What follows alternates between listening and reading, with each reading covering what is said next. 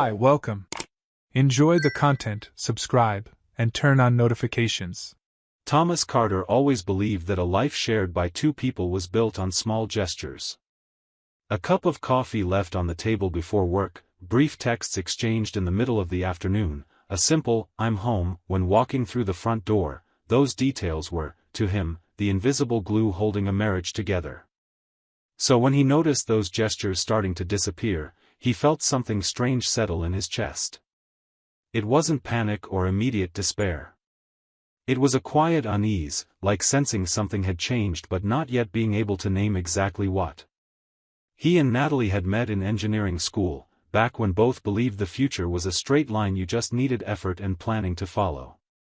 She was smart, driven, with a smile that lit up any room.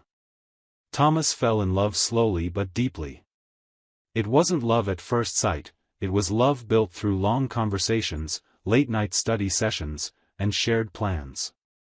When they married 5 years after meeting, he was certain they'd made the right choice. Natalie seemed to think so too. They moved to Portland, Oregon, where Thomas landed a solid job as a civil engineer at a mid-sized construction firm. Natalie worked for a few years as an architect at a smaller office until she was tapped to join an ambitious urban redevelopment project in the city center. It was a big opportunity, and Thomas was genuinely happy for her. He supported her, encouraged her, celebrated alongside her. But it was right around this project that things began to shift. At first, the changes were subtle. Natalie started coming home later, always with plausible excuses, meetings running long, tight deadlines, unexpected issues with vendors. Thomas understood, he'd been through intense work phases himself and knew how draining they could be. But what started bothering him wasn't just the timing, it was the way she came home. Natalie seemed distant, as if part of her had stayed somewhere else. She answered his questions with one-word replies, avoided eye contact, went straight to the bedroom to change clothes, and often said she was too tired to eat dinner together. As the months passed, that distance turned into an invisible wall. Thomas tried talking, but Natalie deflected. He tried hugging her, but she pulled away with excuses about being sweaty, having a headache, or simply being exhausted. The intimacy they once shared frequently and spontaneously had all but vanished. Whenever Thomas tried to get close, she always had an excuse. And when he pushed the issue, she'd sigh impatiently, as if he were being a nuisance. It was on a Friday night, after another week of silence and evasiveness, that Thomas decided to confront the situation. They were sitting in the living room, she scrolling through her phone, he pretending to watch TV but really watching every move she made. He took a deep breath and said, trying to keep his tone calm, "Natalie, we need to talk. I feel like you've been distant. It's been months since we've really talked or touched. I want to understand what's going on." She looked up from her phone, but not with the openness of someone ready to share. Her expression was tired, almost irritated. "Thomas, I've told you already. I'm exhausted from work. This project is eating me alive. It's not about you." He pressed on, "But it feels like it is about me. You avoid me. We don't talk anymore. When was the last time we went out together?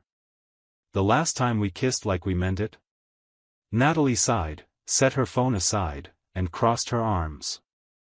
"I don't know what you want me to say, Thomas. Things change. Relationships go through phases. Maybe the love just cooled off." Those words hit like a hammer. Thomas sat in silence, processing them. "Cooled off," he repeated, incredulous. "Are you telling me the love just cooled off? Just like that?" Natalie looked away. "It's not just like that. It's time. Routine. We're not the same people we were in college. Things change, Thomas." He shook his head, feeling a mix of anger and sadness. "But you didn't even try. You never talked to me about this before. You just decided on your own that the love was gone and that was it?" Natalie stood up, grabbed her phone, and said coldly, "I'm tired. I'm going to bed." She walked upstairs, leaving Thomas alone in the living room with the sinking feeling that something much bigger was happening, and he was being left out of his own life. In the days that followed, Thomas couldn't get that conversation out of his head. The phrase, "the love cooled off," echoed like an alarm. He tried convincing himself it was just a rough patch, that her workload really was overwhelming and that he needed to be patient. But there was something in Natalie's behavior that didn't add up. She didn't seem overwhelmed. She seemed evasive. Every time he asked about the project, she gave vague answers. Every time he suggested doing something together on the weekend, she invented last-minute commitments. Then Thomas started noticing details he'd previously overlooked. Natalie had switched perfumes. She wore makeup even on days when she supposedly spent all day in internal meetings. She bought new clothes, more put together, bolder outfits. And her phone, which used to be left lying around carelessly, was now always within reach, screen face down, and she'd immediately grab it whenever a notification popped up. Thomas wasn't the type to be suspicious. He'd always believed trust was the foundation of any relationship. But the accumulation of all these behaviors began forming a pattern he could no longer ignore. His gut, the same instinct that warned him when something was wrong in an engineering project, was now screaming that there was a structural flaw in his marriage. And he needed to find where that flaw was before everything collapsed. That's how, on a Tuesday afternoon while Natalie was at work, Thomas made a decision that went against all his principles. He picked up her laptop from the desk in their home office. Natalie always left her computer unlocked at home, trusting he'd never invade her privacy. But in that moment, Thomas felt he had no choice. He needed to know the truth. He opened her email. At first, everything seemed normal: work messages, exchanges with colleagues, meeting confirmations. But then he saw a folder labeled "Personal, Archived." He clicked. And there it was, a series of emails exchanged with someone named Patrick Donovan. The messages started formally, about the project, but quickly turned into something entirely different. Compliments. Inside jokes. Lunch plans. And then, more intimate messages: "I'm thinking about you. I can't wait to see you again. Last night was incredible." Thomas's stomach churned. His hands trembled as he scrolled through message after message. There were photos too, photos of Natalie smiling next to a dark-haired, well-dressed man with a confident air. Photos of dinners. Photos of clearly non-professional meetups. And the worst of all, a photo of the two of them kissing, taken somewhere Thomas didn't recognize. He closed the laptop, took a deep breath, and sat there for several minutes, trying to process what he'd just seen. He didn't cry. He didn't yell. He just felt an immense emptiness, as if a part of him had been ripped away. The woman he loved, the one he trusted, the one he'd built a life with, was cheating on him. And it wasn't some impulsive mistake or a moment of weakness, it was a parallel relationship, cultivated over months, filled with planning, lies, and complicity. Thomas knew he couldn't just confront Natalie with what he'd found in her email. She'd deny it, downplay it, accuse him of violating her privacy. He needed more. He needed undeniable proof, something that left no room for manipulation or empty justifications. And he needed to act fast, because every passing day meant living another day inside a lie. That same afternoon, Thomas searched online for private investigators in Portland. He found several names, read reviews, compared prices, and chose one that seemed discreet and efficient, a small agency run by a former police officer named Richard Hayes. He called, scheduled a meeting for the next day, and for the first time in weeks, felt like he was regaining some control over the situation. The meeting with Richard was straightforward. Thomas told him everything: Natalie's behavioral changes, her coldness, her excuses, the emails he'd discovered. He showed the photos on his phone, the printed messages. Richard listened silently, taking notes, then said calmly, the voice of someone who'd seen this hundreds of times before, "I understand. You want visual confirmation, right? Photos, videos, something that leaves no doubt. Thomas nodded. Exactly. And I need it fast. I can't keep pretending everything's okay. Richard explained he'd conduct discreet surveillance over the next few days, tracking Natalie's movements, identifying patterns, documenting encounters. These cases usually wrap up in less than a week, he said. People are creatures of habit. If she's meeting this Patrick regularly, we'll figure out where and when. Thomas paid the deposit, signed the confidentiality agreement, and left feeling a mix of relief and anguish. Was he doing the right thing? Or was he being paranoid, destroying what little trust remained in the marriage? But then he remembered the messages, the photos, the kiss, and knew there was no trust left to preserve. The days that followed were the hardest of Thomas's life. He woke up beside Natalie, pretended everything was normal, made coffee, exchanged generic remarks about the day. She remained distant and cold, always clutching her phone.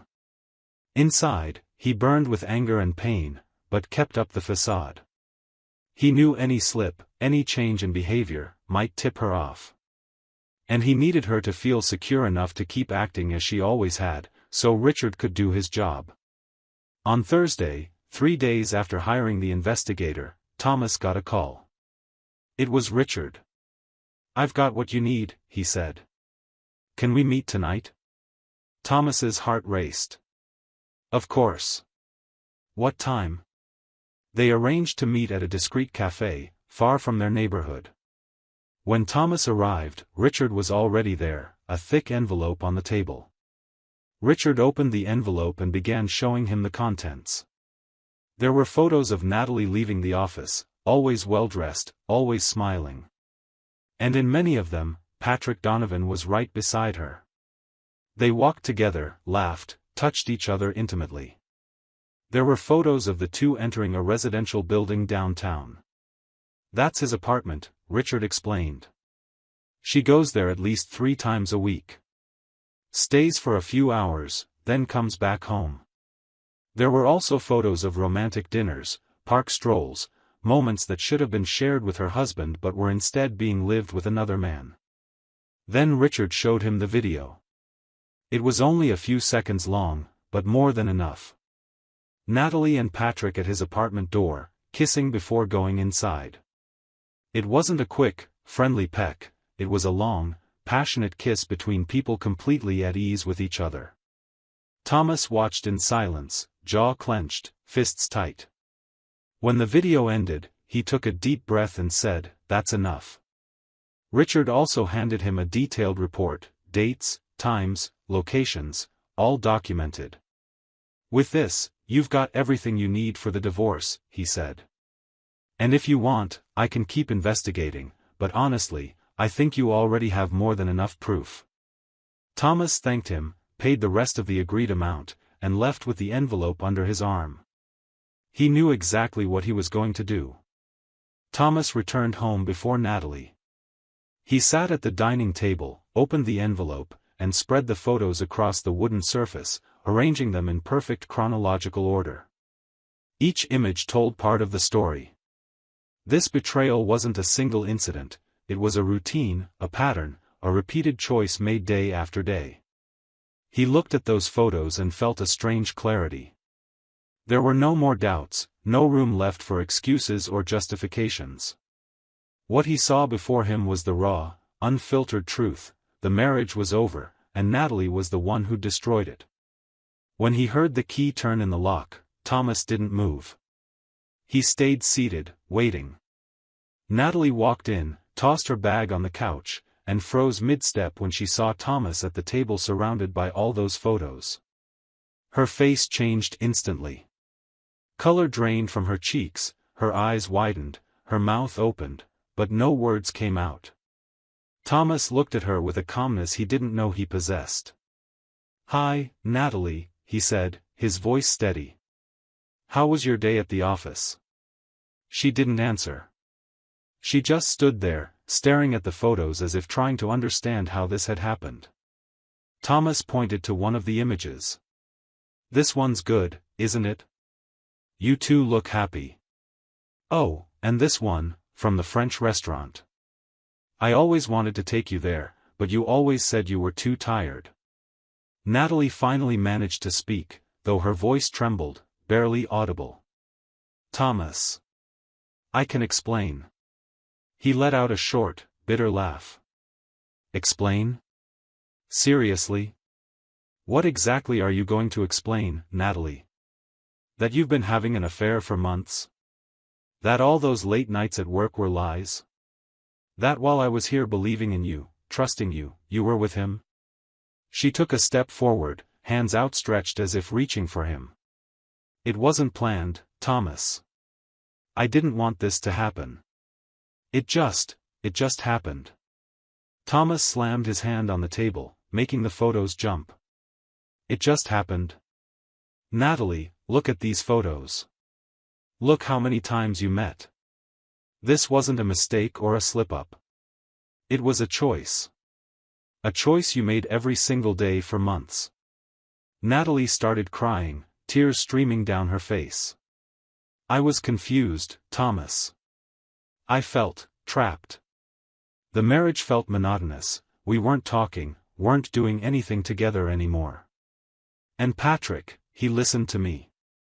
He made me feel special again. Thomas shook his head, incredulous. So it's my fault? You cheated on me because I didn't make you feel special? Natalie, I asked you dozens of times what was wrong. I tried talking, tried understanding. And you always dodged it, always said everything was fine, that it was just work. You made me feel like I was going crazy for even questioning it. She moved closer, reaching for his arm, but Thomas pulled away. Don't touch me. His voice came out harsher than he intended, but he didn't regret it. Natalie stepped back, shrinking into herself. Thomas, please. We can fix this. I can end things with Patrick. We can go to therapy. I still love you, I swear I still love you. Thomas looked into her eyes, searching for any sign of sincerity, but all he saw was desperation. The desperation of someone caught, not genuine remorse. You love me, he repeated, bitterly. Natalie, you spent the last 4 months telling me the love had cooled off. You avoided me, rejected me, treated me like a burden. And now that you've been caught, suddenly you love me again? She sobbed, wiping her face with her hands. I know I messed up. I know I was horrible. But we can rebuild, Thomas. We have history, years together. Don't just throw it all away like this. Thomas stood up, gathered the photos, and placed them back in the envelope. I'm not throwing anything away, Natalie.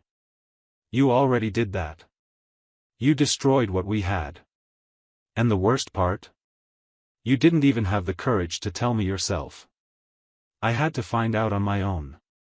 I had to hire a private investigator to learn the truth about my own wife.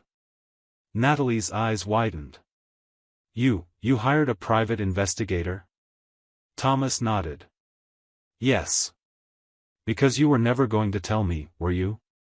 You'd have kept lying, deceiving, living this double life, until when? Until you got tired of Patrick too? Until you found someone else? She shook her head frantically. No, it's not like that. I was going to end it with him, I swear. I was just waiting for the right moment. Thomas gave a sad smile. The right moment was never going to come, Natalie. You were perfectly happy like this, having both of us. Me, the clueless husband at home, paying the bills, waiting for you to come back. And Patrick, the exciting lover making you feel special again. You had the best of both worlds, didn't you? The silence that followed was heavy. Natalie had no reply. She knew Thomas was right. There was no denying it, no justifying it. The photos were right there, concrete, undeniable. She'd been caught, and there was no going back. Thomas picked up the envelope and walked toward the door. I'm staying at a hotel tonight. Tomorrow I'll come back, and you won't be here. I want you to pack your things and leave. The house is mine, I bought it before we got married, so you have no claim to it. And thank God we don't have kids, so the divorce will be simple." Natalie ran to him, grabbing his arm. "Thomas, please, don't do this. Give me a chance. Just one chance." He looked at her hand on his arm and gently pulled away. "You had every chance in the world, Natalie. You had 4 months to tell me the truth. 4 months to choose. And you chose him. Now live with that choice." And he walked out, closing the door behind him, leaving Natalie alone in the living room, surrounded by silence and the weight of her own actions. Thomas spent the night at a hotel near downtown Portland. He couldn't sleep properly. Every time he closed his eyes, he saw images of Natalie with Patrick, the kiss at the apartment door, the romantic dinners, their knowing smiles. He felt a physical ache in his chest, as if something inside him were being crushed. But alongside the pain was a strange clarity. He'd done the right thing. There was no moving forward with someone who'd shattered trust so deeply and deliberately. The next morning, Thomas returned home. Natalie was gone. She'd taken her clothes, personal items, and some furniture that belonged to her. On the kitchen table, she'd left a letter. Thomas picked it up, hesitated for a second, then opened it. The letter was long, full of apologies and explanations that explained nothing, filled with pleas for forgiveness that rang hollow. At the end, she wrote, "I know I don't deserve it, but I hope one day you can forgive me. I never meant to hurt you like this." Thomas folded the letter and threw it in the trash. Words no longer held value. Actions were what mattered. And Natalie's actions had shown exactly who she was. In the days that followed, Thomas contacted a divorce attorney. He presented all the evidence, the photos, the videos, the investigator's report. The lawyer was direct. "With this evidence, the process will be quick. She has no grounds to contest it. And since you don't have children and your main assets are in your name, she won't get much." Thomas nodded. "Good. I want this resolved as quickly as possible." The divorce proceedings began. Natalie tried contacting him repeatedly, calls, texts, emails, but Thomas didn't respond. Everything went through his lawyer. She even showed up at his house once, but he didn't open the door. He simply said through the intercom, "Talk to my lawyer." While the legal divorce moved forward, Thomas uncovered more about Patrick Donovan. A quick social media search revealed Patrick was married. He had a wife, Claire, and 2 young children. A picture-perfect family life, at least on the surface. Thomas felt a surge of anger. Patrick wasn't just Natalie's lover, he was a married man with kids, destroying not only Thomas's marriage but potentially his own as well. For a moment, Thomas wondered if he should tell Claire. Not out of revenge, but because if he were in her shoes, he'd want to know. He decided yes. He made a copy of the investigator's report and the most relevant photos, then emailed everything to Claire's address, which he found with a quick search. Along with it, he wrote a brief note, "I think you deserve to know how your husband is spending his time." The response was immediate. Claire replied the same day, thanking him for the information and saying she'd suspected something but had no proof. She said she'd confront Patrick and take whatever steps were necessary. Thomas wished her strength and ended the contact. He didn't want to get involved beyond that. What Thomas didn't expect was how quickly the story would spread. Claire, furious and wounded, wasn't discreet. She told friends, family, and even posted on social media, without naming Patrick directly but making things clear enough for anyone who knew the couple. Within days, their entire social circle knew. Patrick tried damage control, but it was too late. Claire filed for divorce and demanded full custody of the children, plus alimony. At work, Patrick's situation also unraveled. His company had a strict policy on ethical conduct, especially regarding relationships that could create conflicts of interest. When they learned Patrick had an extramarital affair with Natalie, a colleague from a partner firm, they launched an internal investigation. They discovered he'd used confidential project information to impress Natalie and had lied about his working hours to meet her. The outcome was inevitable: Patrick was fired. Natalie, meanwhile, also faced consequences at work. Once the story broke, many colleagues began looking at her differently: judgmental glances, hallway whispers, disapproving stares. She tried to hold her head high, but the pressure mounted. Eventually, she requested a transfer to another project in a different city, just to escape the toxic environment. The divorce was finalized in less than 6 months. Thomas didn't ask for anything beyond what was already his. Natalie didn't contest it. She knew she had no argument, no defense. She'd been caught, exposed, and now she was paying the price. After everything was officially over, Thomas decided he needed a real change. He didn't want to stay in Portland, a city filled with memories of a marriage that had ended. He requested a transfer at work and secured a position in Seattle, a promotion, actually, something he'd been aiming for a while. He sold the house, packed his things, and moved. Seattle offered a fresh start. Thomas rented a modern apartment with a city view and focused on rebuilding his life. He returned to hobbies he'd neglected during his marriage: weekend hikes, photography classes, catching up with friends. Slowly, the pain transformed into something else. It wasn't forgetting, it was acceptance. He'd been betrayed, deceived, but he'd survived. And more than that, he'd emerged stronger.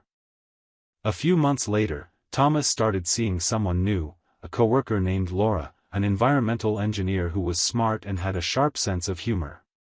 They started as friends, sharing lunches and swapping ideas about projects. Naturally, it evolved into something more. Laura knew his story, he'd told her everything early on, and she respected his pace. There was no rush, no pressure. Just two people getting to know each other, building something new on solid ground. Meanwhile, Natalie struggled to rebuild her own life, with far less success. After Patrick lost his job and his marriage collapsed, he vanished from her life. He blocked her number and stopped replying to messages. The relationship that had seemed so intense, so special, revealed itself for what it truly was: a convenient illusion that lasted only as long as there were no real consequences. Natalie tried reaching out to Thomas several times: texts, calls from unknown numbers, even showing up in Seattle once in an attempt to reconnect. But Thomas remained firm. There was no going back. She'd made her choices, and those choices carried consequences. He'd moved on, and there was no room in his new life for someone who'd broken his trust so completely. A year after the divorce, Thomas was having dinner with Laura at a downtown Seattle restaurant when he received a message from an unknown number. He hesitated but opened it. It was from Natalie. The message was short: "I just wanted you to know I truly am sorry for everything. You didn't deserve what I did. I hope you're happy." Thomas read it, took a deep breath, and without replying, blocked the number. He looked across the table at Laura, who was smiling at him, and felt immense gratitude, not for Natalie's message, but for having had the courage to walk away from a toxic relationship and make space for something real. Thomas and Natalie's story didn't have the happy ending he'd imagined when they married. But it had the ending he needed. He'd learned that love isn't just a feeling, it's a choice. It's waking up every day and deciding to be loyal, honest, present. Natalie had chosen differently. And now, each of them was living with the consequences of their own choices: Thomas with restored peace and dignity, Natalie with the weight of regret and the knowledge that she'd lost someone who truly loved her for an illusion that was never real. Thank you for watching the video. If you enjoyed it, don't forget to subscribe to the channel and turn on notifications so you won't miss any updates. See you next time.